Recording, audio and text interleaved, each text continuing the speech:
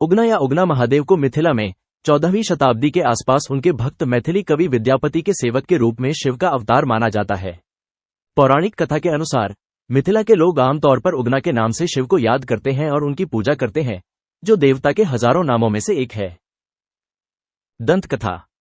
ऐसा माना जाता है कि शिव विद्यापति की भक्ति से इतने प्रसन्न और मोहित हुए कि उन्होंने उगना के रूप में मानव अवतार में पृथ्वी पर कवि से मिलने का फैसला किया। शिव ने सेवक की भांति वेश धारण करके मनुष्य के रूप में अवतार लिया।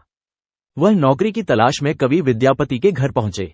उन्होंने कवि से मुलाकात की और उनके घर पर नौकरी मांगी, लेकिन विद्यापति धन से इतने समृद्ध नहीं थे कि उन्हें नौकरी दे सकें।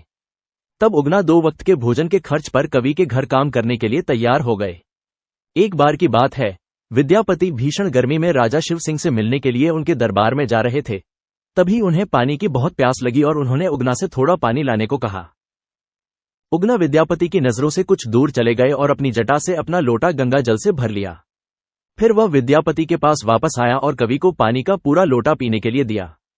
जब विद्यापति ने पानी पिया तो उन्होंने पानी का स्वाद गंगा के समान पहचान लिया। पानी पीने के बाद विद्यापति ने पानी के स्रोत की तलाश में काफी दूर तक इधर उधर देखा, लेकिन उन्हें अपने आसपास पानी का ऐसा कोई स्रोत नहीं मिला और वे आश्चर्यचकित रह गए। तब उन्होंने उगना से पानी का स्रोत दिखाने को कहा, लेकिन उगना पानी का स्रोत बताने में असमर्थ रहे।